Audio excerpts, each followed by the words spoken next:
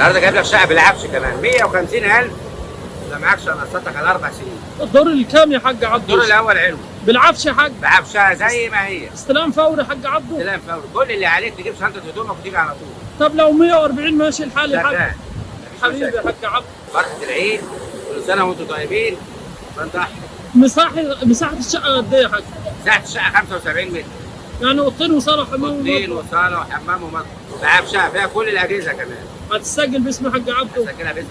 لا يخشيل عشان يوصل للبيت. يلا بينا نبص على الشقه تعجبك. حبيبي يا حاج عبده تعالى يلا بينا. رايح فين يا سيد؟ رايح للشقة. السلام عليكم ورحمة الله وبركاته. اللهم صل وبارك على سيدنا محمد. عيشوا وعيشونا معاكم حياة حلوة، كرهها جميل، مفيش مستحيل، احلموا وعيشوا حياة جميلة جدا. النهارده هجيب لكم شقة بالعفش كمان بالوسط المريح.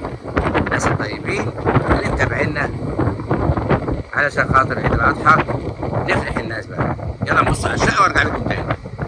السلام عليكم ورحمة الله وبركاته. اللهم صل وبارك على سيدنا محمد عليه الصلاة والسلام. يا جماعة كل اللي هتجيبه شنطة هدومك وهتيجي على طول تستلم كل حاجتها بالضمان. اهو بوتاجاز جديد يا جماعة، في أنبوبة تحت، ده المطبخ مقفول مش أمريكاني، كل حاجتها فيها شغالة بالضمان.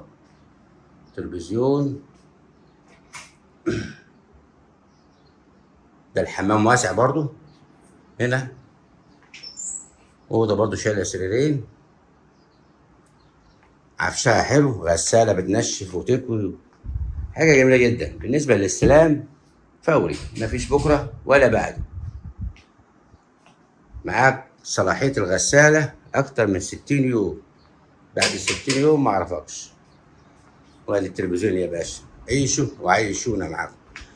وادي التلاجة كمان حلوة شغالة. بالنسبة للاستلام فوري، مفيش بكرة ولا بعده. 150,000 بتدفعهم وتقسط الباقي على 4 سنين. كل حاجتها فيها. أقل حاجة لو حبيت تأجرها هتأجر اليوم ب300 جنيه، يعني 9000 جنيه كل أول شهر. بالنسبة للاستلام فوري.